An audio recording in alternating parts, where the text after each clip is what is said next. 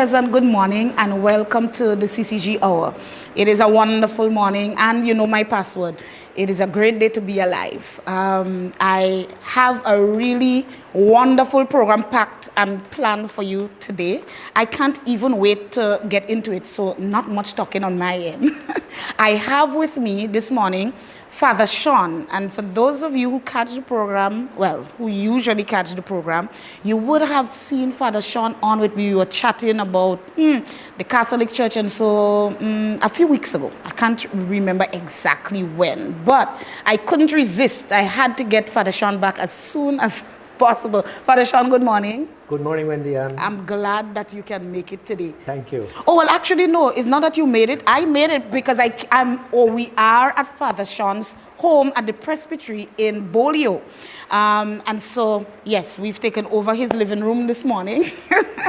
And it's just great to be here. Father Sean, oh my goodness. So you had me going with all of the history last time we chatted.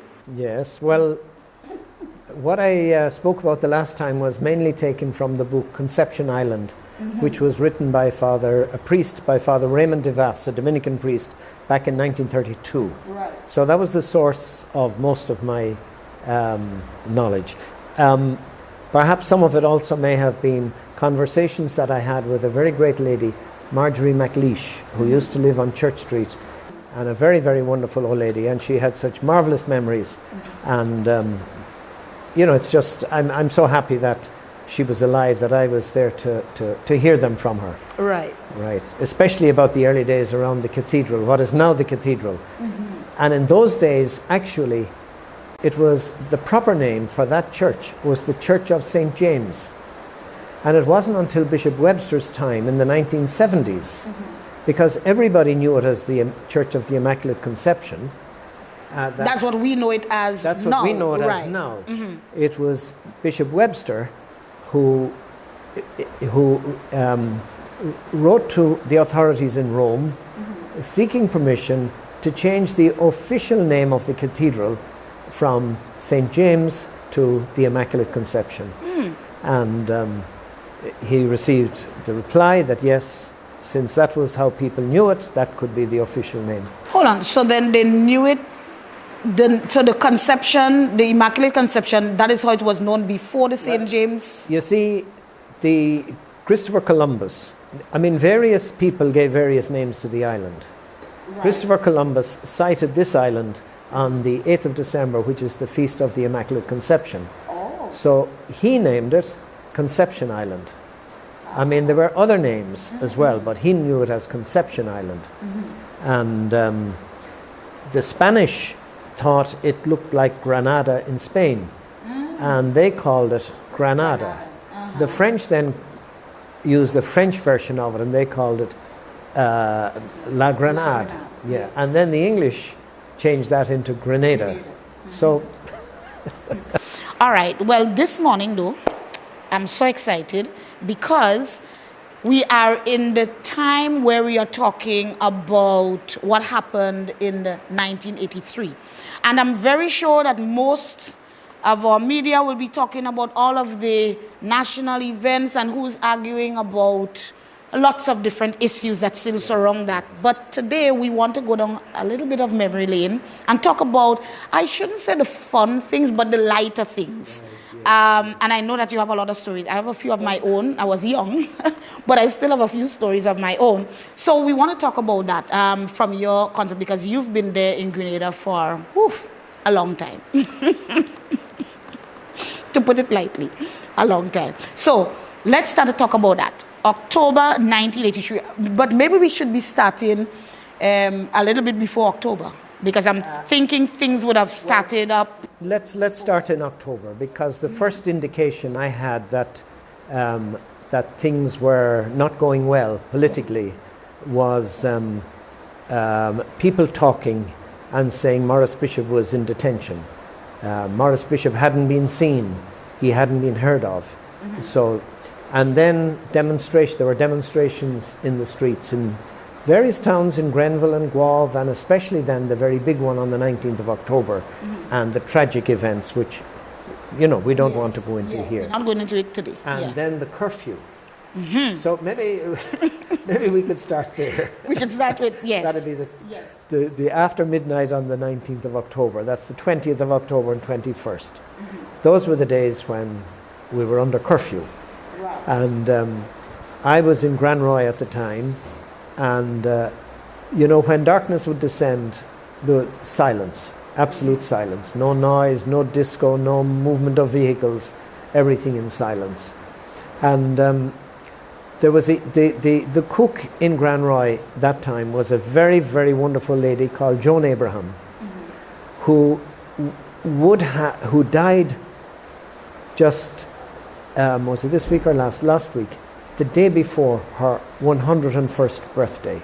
Wow. She was the sacristan and the cook, and she was my mentor because I was new in the country at the time. So it was Miss Joan, Auntie Joan, that gave me my orientation into the diocese and into the Caribbean and Grenada. And I'm so grateful to her for that. And she was such a wonderful person, you know. She was there every day from early morning until late evening. And I always remember, every day there was fresh fruit. There was a bowl of fresh fruit. And every day there were flowers. You know, that's a little touch, a feminine touch that I appreciated very, very much. I had 3 communities to look after: Brizan, Concord and Granroy. Right. So on a Sunday I had Mass, I think it was either 6 or 6:30 a.m. at Brizan, and then I think it was 8 o'clock at Concord, and then 10:30 at Granroy. But as I reached Granroy from Concord, the table was set, the breakfast was on the table. Miss Joan would say, "Father Sean, sit down and take your breakfast."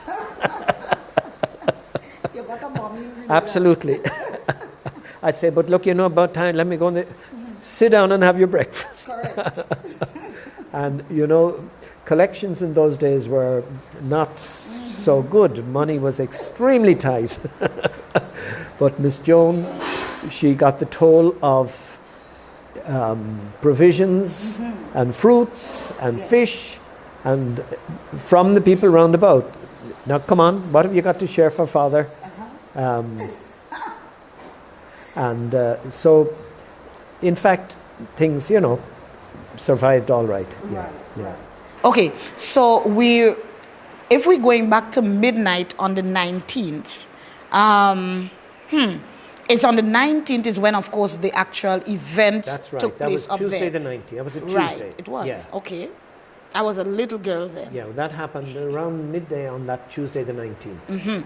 And then that night, the curfew was declared. Right. And so then the Wednesday, the Thursday, everybody was supposed to be inside. Right. But a lot of the young men, the boys from the block in Granroy, they were out on the road. And when they'd hear a vehicle coming, they'd run up the steps and hide in the church. The church. Yes. And they could watch out from there, and they'd see vehicles coming. And if nothing was coming, they'd go down and start playing playing football on the road. So it was, you know, it was scary in a way, but certainly those boys were not scared. Yeah. I remember there was a lot of looting. Would that have been? That would be more in the town. That didn't take place until after the Americans invaded. Really? Yes, because there was no looting during the curfew. Oh no. No. Friday morning, the curfew was lifted for a couple of hours to allow people to go out and go to the shops and, you know, get water and whatnot. A lot of houses, a lot of people depended on the standpipe. On the standpipe in those days, exactly. Yes, and people wouldn't have had, you know, they depend on a bread from the shop or from whoever. So it really was, you know, the curfew was hard. It was hard on people, especially people with small houses and a number of small children. And that is what would have been happening in those inside, days. Indoor, and that's what was happening. Yeah. Miss Joan Abraham's son, Lawrence, he used to be around a lot. He was a young man in his late teens that time. And he decided, Miss Joan told him to go and sleep in the presbytery by me, that she didn't think it was right for the priest to be on his own. Okay. So Lawrence came up, and poor Lawrence was pretty scared himself. But during the night, we were sitting there early in, just after dark, too early to go and sleep. And next thing we hear on the roof, bum ba dum bum bum bum bum, on the roof. I said, oh my God, what is that? And then we hear a ba-dum. And then another ba-dum ba dum ba dum ba dum ba dum. And we plucked up courage and looked out, and there was this huge crab. Somehow it had been. So Lawrence took a bucket of white pail and went out and put it on the crab. And the next day we had Of course, you had callaloo and crab. Divine provision I tell you. on the roof. But I contrast that and the big catch of fish in the bay, and Miss Joan getting the provisions and the fruits from the local people for the priest. Interesting. But on the Monday after the curfew was lifted, then I went to St. George's. And we went into Food Fair. That was the only supermarket at that time. Not Food Fair Grand Anse wasn't there. Foodland wasn't there. That was the Food one Fair on the Carenage. Okay, yes. okay. Well, so that was there since then? That was there since then. Wow. But that was packed. And if you see the trolleys with all these big people with their big cars Yes, yes. packing around the place, and huge, I contrasted that with, with the situation meager, in Grand yes, Roy, the yes, local yes. provisions. But, so that was the Monday. Now the Sunday night, people could see a ship out off the coast, a big ship, and I'm sure it was an American warship of some kind. And thinking over afterwards and having read the book by Sir Paul Scoon, I do believe that was the ship that probably those special forces came in on and took out Sir Paul Scoon. I know they came in during Also, he would have had... well, according to his book, Right. the special forces landed up by the Governor-General's house and took Sir Paul and I don't know, whoever, probably Lady Scoon as well, and brought him out and took him out by helicopter onto the ship. Okay. Expatriates were leaving. We had, teaching in one of our schools, we had a young Irish teacher, and she was going out. So the reason I went down to St. George's was to see her and say goodbye. Right. And, wish her well, because obviously it was an anxious time. Oh, yes. That, yeah. So we met her there and we had lunch and then came back. And there was an announcement on the radio that the prime ministers of the Organization of Eastern Caribbean States had decided to invite the United States and Caribbean forces to intervene, as they said. Okay. And so from that point it was obvious that the invasion was coming. Right. And that ship out in the bay was a sign of it. So that was the Monday. On Sunday, I should say, the curfew was still on. So I went out at 9 o'clock. So no church? Well, I rang the bell just to let people know that I was still there and that the church still existed.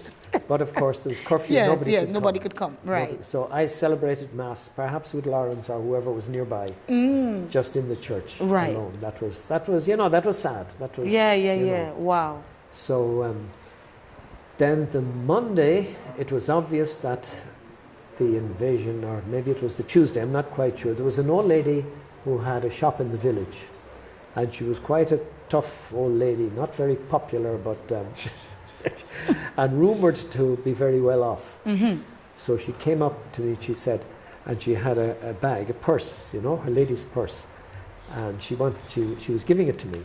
She said she wanted me to mind it for her. Money in it. So I said, no, I wouldn't personally take charge of it, but if you want to put it somewhere, if you want to hide it somewhere in the sacristy, feel free to do so. So she went inside and she found a little corner where she hid it. Interesting. I suppose, because if it is, so you never knew the contents of it? No, I never checked it out. No. I presume it was her money. Maybe money. Savings. It had to be, Yes. And that morning, Radio Free Grenada came on. I remember that. And the Americans have invaded. Yes. Calling on all the militia and all the PRA to come out and defend and fight the invaders. And so a few of the local militia from around Grand Roy, they came out. They had to, because the more senior revolutionary leaders were, you know, they didn't know which way this was going to go. Yeah. So they had no choice. They weren't very enthusiastic, I must say, about facing the Americans. But I was down there talking to 2 or 3 of them at the just outside there, just on the road there, on the main road. And the next thing, a jet plane swooped over. This was the first experience of the planes, and and it swooped low over. And of course, these guys in uniform were right there on the road. Now, I had a little experience of war from my days in Nigeria in the Biafran War, and I said, "Guys, take cover. He'll come back." And my fear was that he'd come back and fire at the uniform guys. Yeah, exactly, because so they all took cover, and sure enough, the jet plane came back. So I got a reputation for being a military man. Clearly. But then there wasn't a 5-minute period when there wasn't either a jet or a helicopter overhead. Not a 5-minute period. So I think that same Thursday, the Thursday of that week, I had a funeral up in Cotomeli. So I did the service in the church and brought the body to the cemetery, to the graveyard, and all the way, helicopter right over. Seriously? Whole time, right overhead. Well, I mean, we'll go away, but back and move about and come back for the whole time. To see what's going on, Watching I suppose. what was going on. For real? For real, yes. My yes, goodness. Yeah. And unfortunately, and I don't want to go into details with this, but a group of young people from around Grand Roy Guelph went down to try to fight. To help. And some were killed and some were damaged, and that was very, very tragic. Wow. But after that, when it was clear that some were missing, some of the young people from the village, I took some of the parents came, and I took some of them in my car to go down to St. George's to look for them. Oh my.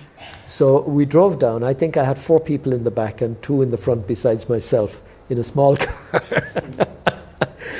And no problem, no opposition, no trouble, all the way down to the Green Bridge. And just by the Green Bridge was this enormous military vehicle. It was like a huge tank or a personnel carrier, I believe it was.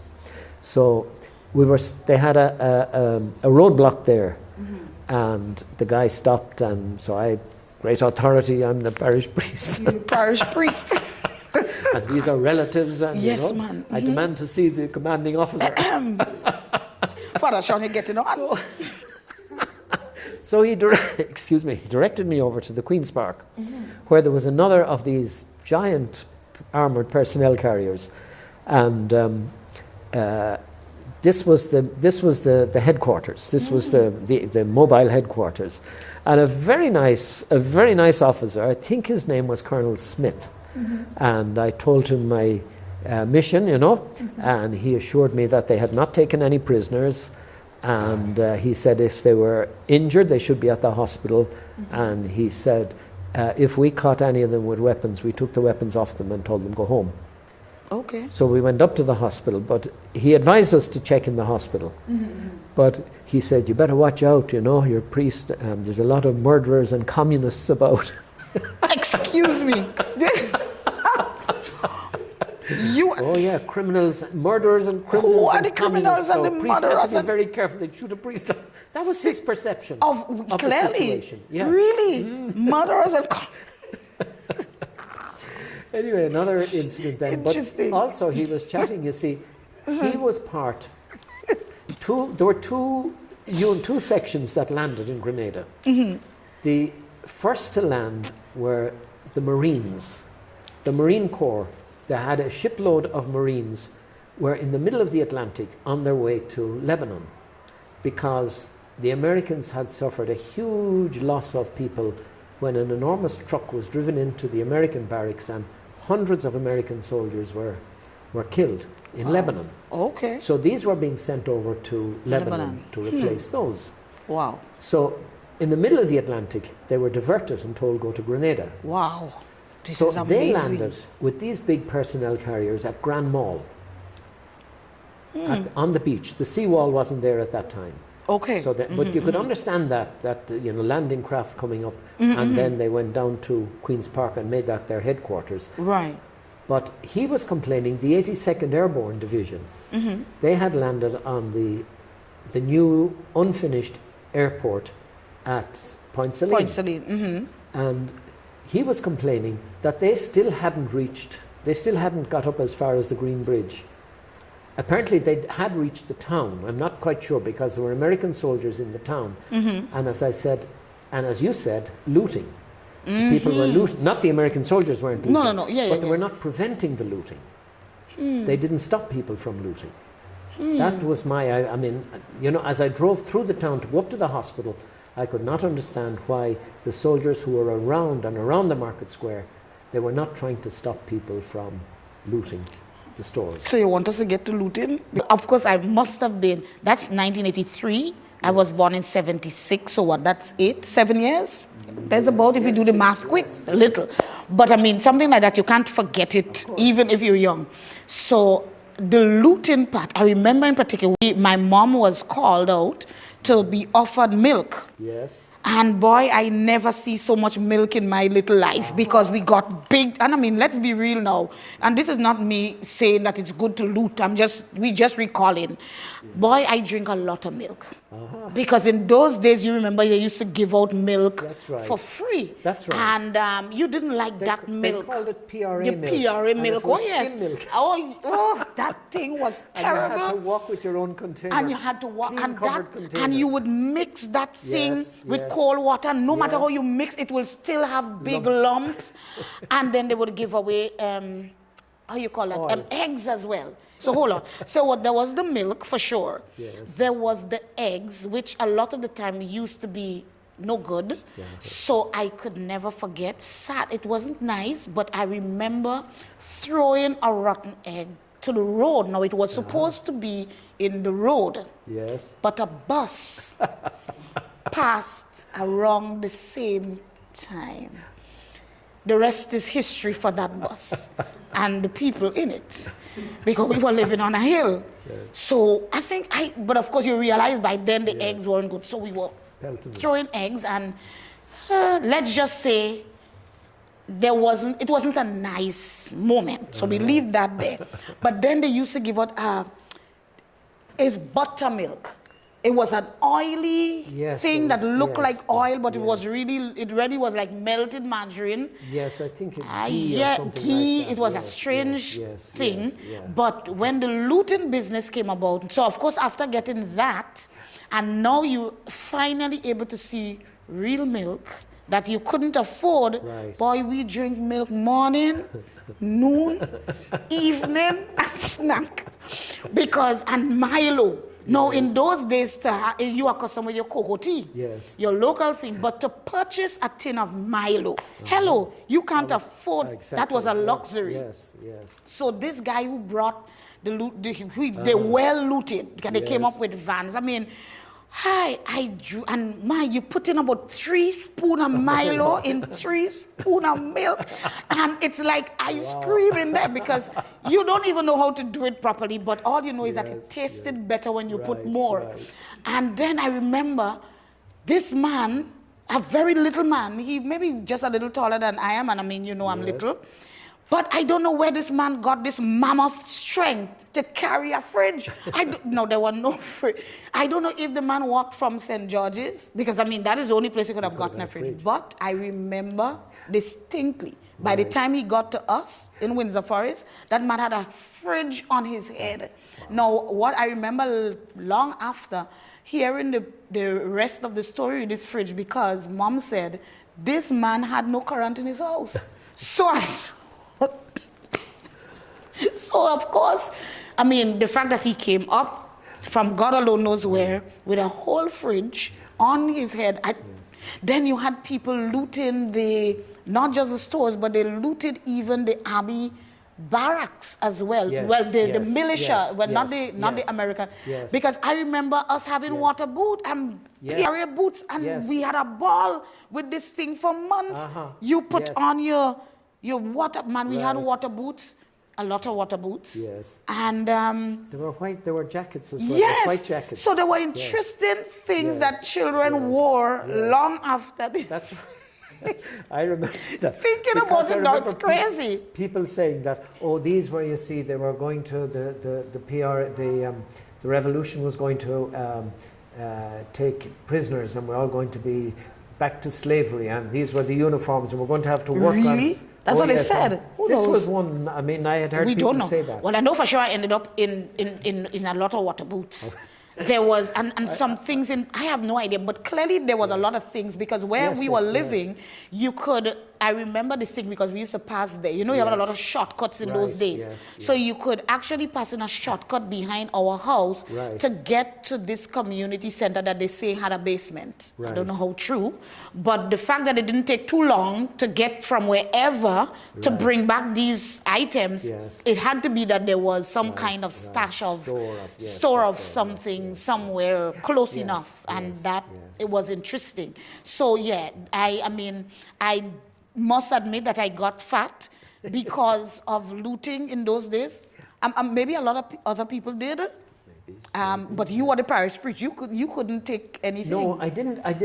There wasn't really looting around around Grand Roy that I'm aware of. Shops may have been broken into now, but More it in wasn't town. and it was more in town. I know Father Levy in Guave. He phoned me and he said, "Come up, because I'm hearing some people are telling me that they're going to loot the presbytery." And so I went up and I spent the night by him, but nothing. I mean, Nothing happened. But what some people used to do was, I would call up you and me were not getting along. You know, we were having our quarrel. So I would call the Americans and say, "She has guns in her hand." Are you serious? Yeah. So they'd come up. Oh my Lord. Maybe 10 or 20 of them in their big boots, and Yes, they'd go into yes. your little wooden house and gosh. pound and search and go through all your things. And of course they wouldn't Of find course, any there's guns. nothing there. Okay, so you My would goodness. realize, I know Sean did that. You would call them and say, "He has." Seriously. Yes.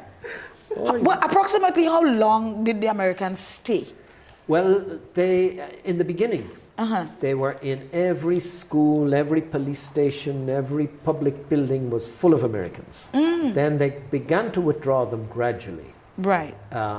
That was October. Now, by Christmas, there was still a lot of them around. But I'm sorry to say, I was a bit mischievous. Really? I wasn't The Irish most- blood in you? I suppose my rebellious but you know, they had roadblocks, and well, they had to keep the guys occupied, so they put them out. And I remember one time at Concord Junction, I was going to town, stop at the roadblock, and I would say, "Oh yeah, yes, well, you know, what's wrong?" He said, "We have information that a shipment of arms are coming through here." And I said, "Oh gosh, really?" I said, "Do you really believe that?" And he said, "Oh yes." I said, "Do you believe in Santa Claus?" And sometimes, I mean, some of them could take that as a joke. Yes, and laugh. yes. But some of them are very, very severe. Just step outside, come out of the vehicle. So I would step out, just open the door and just step. Would you step away from the vehicle? I would take one step away from the vehicle. Would you open the trunk? I would walk around, open the trunk. They'd look and look. Okay. I would stand there with the trunk open until he'd say, "Close the trunk." Mischievous. Oh, I tell you, sorry. But God forgive me, I took a certain pleasure in it. But there was one, let me tell you about one. The soldiers were in Grand Roy School and they were in Grand Roy Police Station.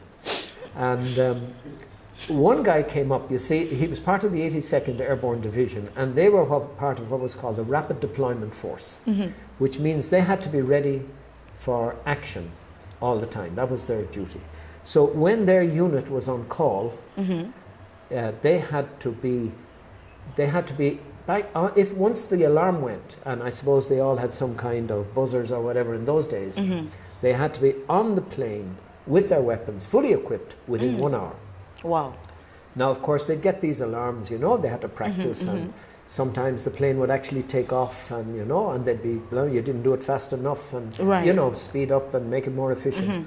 But this time, this guy thought it was another practice, And it wasn't until the plane was in the air Oh my goodness. that they were told they're going into action, into real Yes, warfare. war, and they're going to fight communists. But So how much communists did these people think was boys, there? I mean, these American soldiers, communists are Is a Russians, are East Europeans, and they're white, and they speak Russian.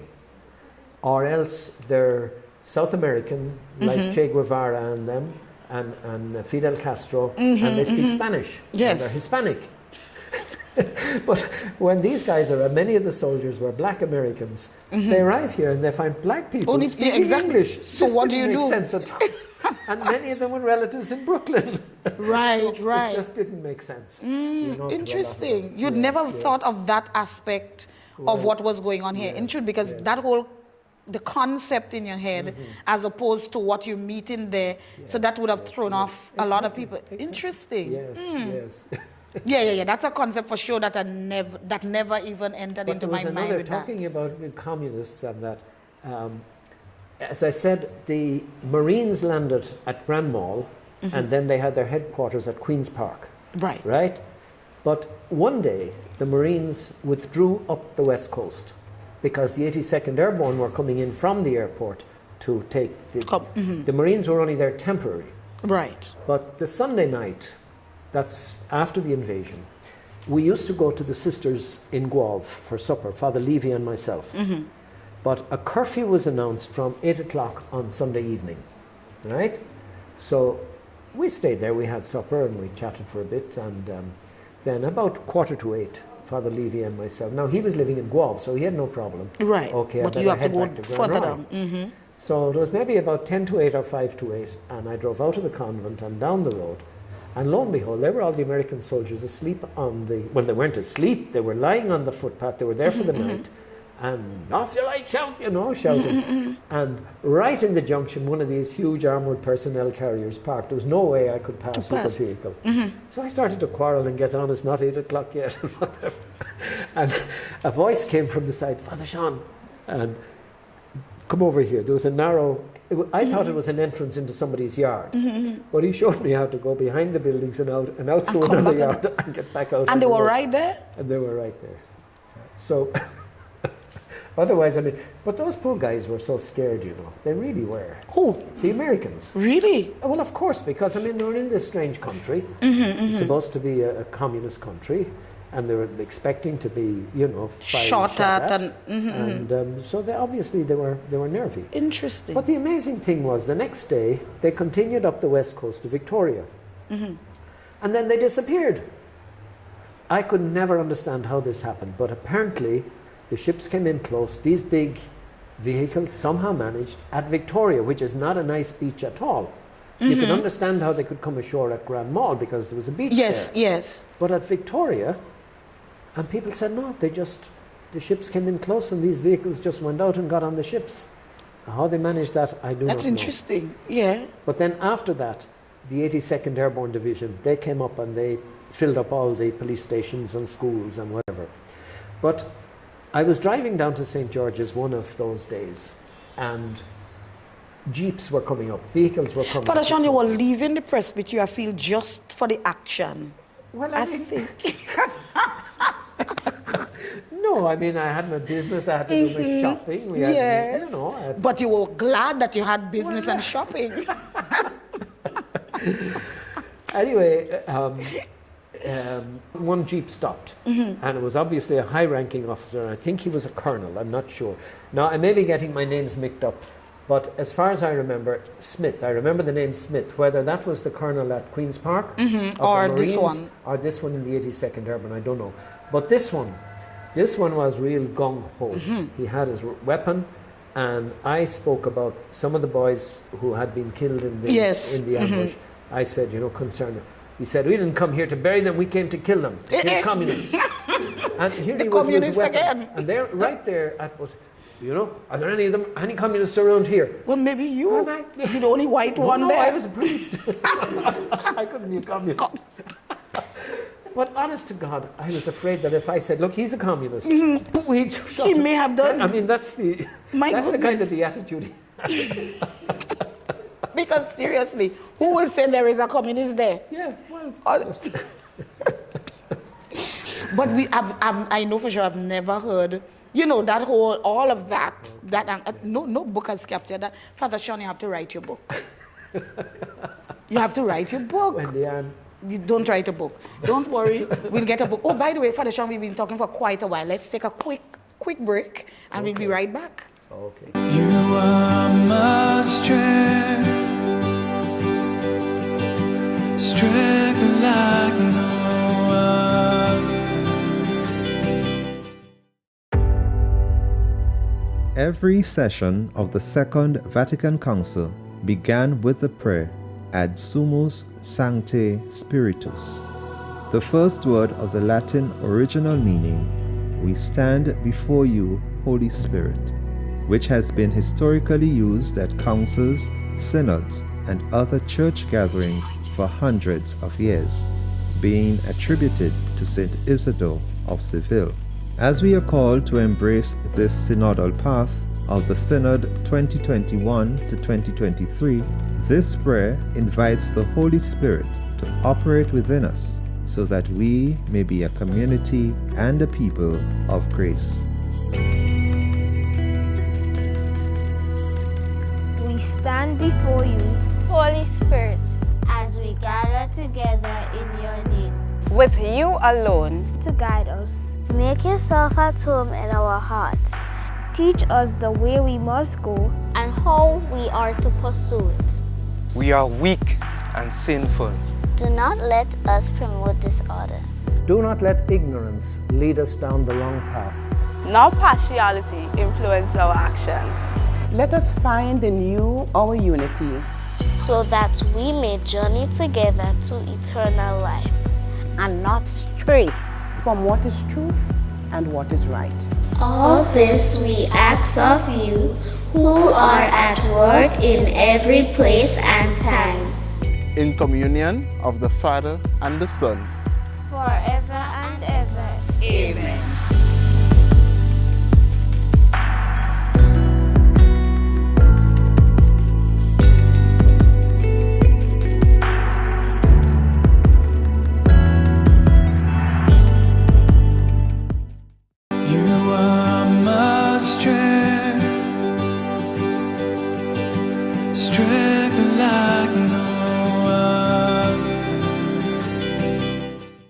We are back. Well, thank you very much for staying with us. I have a feeling you definitely stayed with us with all this fun that Father Sean and I are having.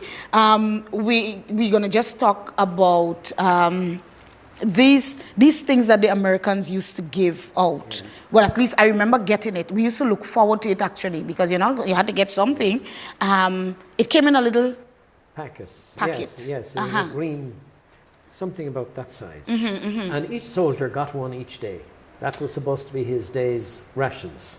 Okay. And they called it combat rations. And they abbreviated that to C-RATs. C for combat, R-A-T for rations. They never told us that name.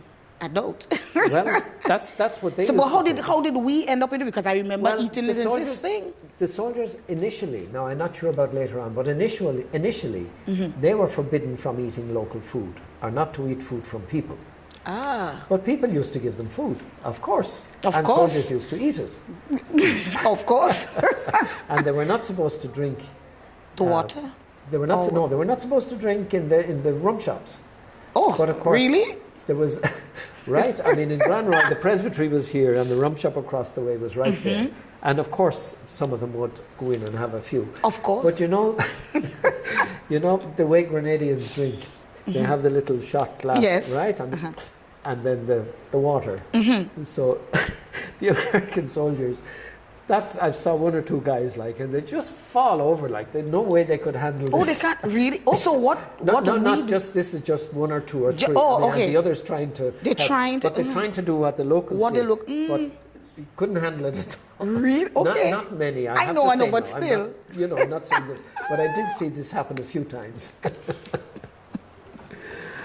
And maybe the rum then may have been more potent than what we have now. Yes, I'm sure. Oh, yes, I feel. Yeah. I mean, certainly not a drinker, but I have a feeling then we would not have had some of the, laws and certain things that govern the kind of production now. So it must have been the real thing then. But in the sea rats, in the combat rations that the American soldiers got, I think it was in a tin in a green plastic bag, if I remember rightly. Yeah, I remember green for sure. There, inside that tin, there were some containers with food, different kinds of food. But I know one of the things in there was a little piece of fruit cake.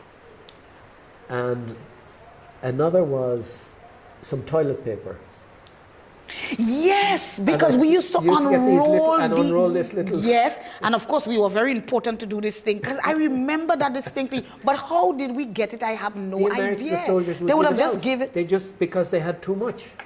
Especially if one was getting food locally, Yeah. Then you're sharing what you. Of course, yes. Interesting. Well, but for us, of course, it's a big thing to get because it's different. Yeah. Okay, but as you said, and then you had these little matches. That's right. I remember that, and of course, we used to just be drawing matches just for the sake of drawing matches because you don't have that, you don't have it. But it took a lot of effort, I find, or maybe we just weren't accustomed because in those days you had the box like little book. They had a little book. You tore off the match. Yes, exactly. And then because it's not very sturdy, it looked more like a little piece of cardboard than a match than anything else. And then there was a lot of drawing. So then I think my brothers, well, one brother, but of course the boys in the village, they started now. That's how I learned to make a little match bomb. So they started now to scrape off the sulfur from this thing and get a little piece of foil paper. That was a big thing. And then pound it. You make a little, and then it will go, and that was a wonderful thing. So, also maybe that is where the packs came from. Because around Christmas now, there was a lot of this sulfur, and then, of course, well, not a hammer, you use a stone. And there was a lot of that taking place. Yes, that's interesting. True. So all of that, some of it, you can't even categorize the memories now because I remember doing that, but it's as we're talking about it now, that is where that must have originated for me. Interesting. Yes, but I remember those little matches. Yeah, the toilet paper. Now I want to share my last encounter, the first encounter that I had with the helicopters. What an interesting thing. So, of course, in those days, only very well-off people would have had an indoor toilet. So we had latrines. The latrine, obviously, is sufficient distance away from the house. The first helicopter that we encountered I was in the latrine, doing what you do in the latrine. And that thing came so low over that latrine. I don't know what they could have been looking for. Let's just say everything that had to be done in the latrine didn't finish getting done. The speed Father John that I took out with to go inside and under the bed, and we stayed there. There must have been others along with me, my brothers, who knows, but nobody could have been bothered about what should have taken place in the latrine taking place. But I remember that distinctively because the noise, I think even just the noise, because first of all, you're not, you just heard this noise.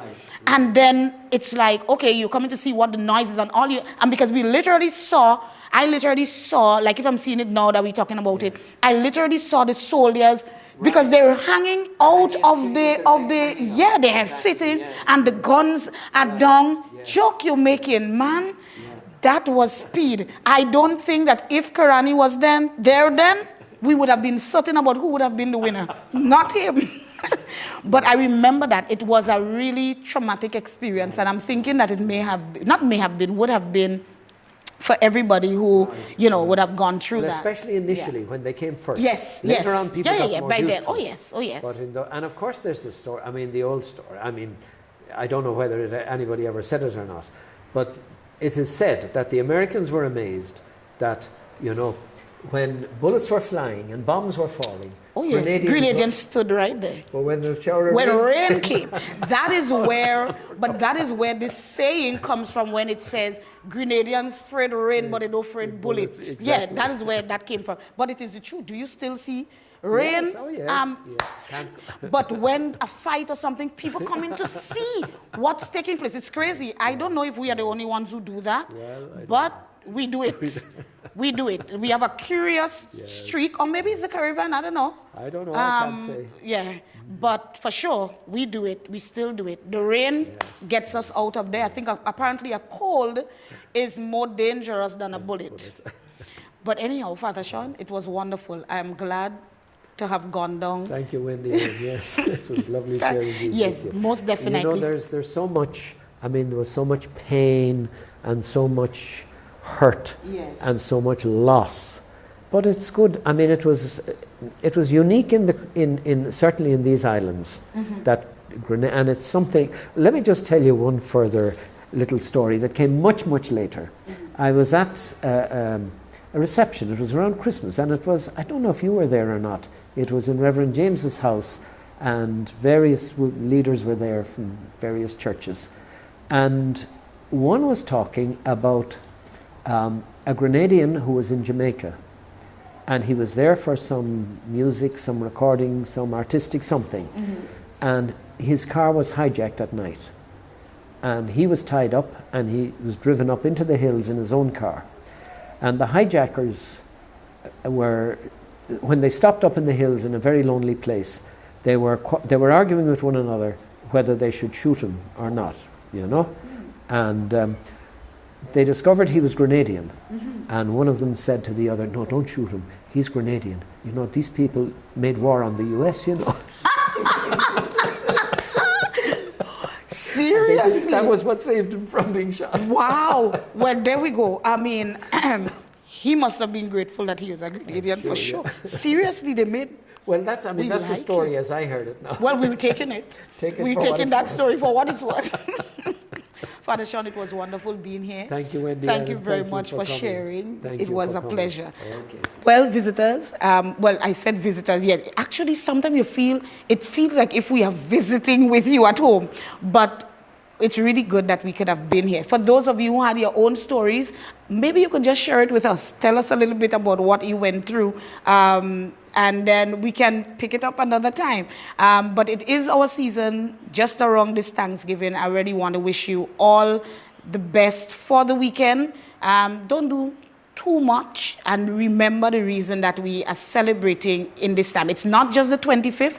As a CCG, we have been discussing, and we know that it will be from an official place, but I just want to mention that we have been talking about not just the 25th alone that we celebrate Thanksgiving, but from the 19th, from this whole season, this entire week, that we are commemorating the events that have taken. I mean, it is our history, and it's not, the 25th is not one day in our history. A lot happened, and as we were chatting with each other this morning, that is what we really wanted to bring out, that it is part of our history, the good times that we can still get out of it, as well as those sad events, but it is part of our history. We have to embrace the whole thing. So as you remember, and as you reminisce, and as you thank God for what he has done, we remember every individual, every family, everything that would have happened during that time. We thank God for having kept us as a nation, and we really do look forward to God's keeping grace as we continue. God bless you all. Have a great rest of your day and wonderful weekend, and just enjoy the goodness of God in this time of Thanksgiving. God bless you. Strength like no other reaches to me.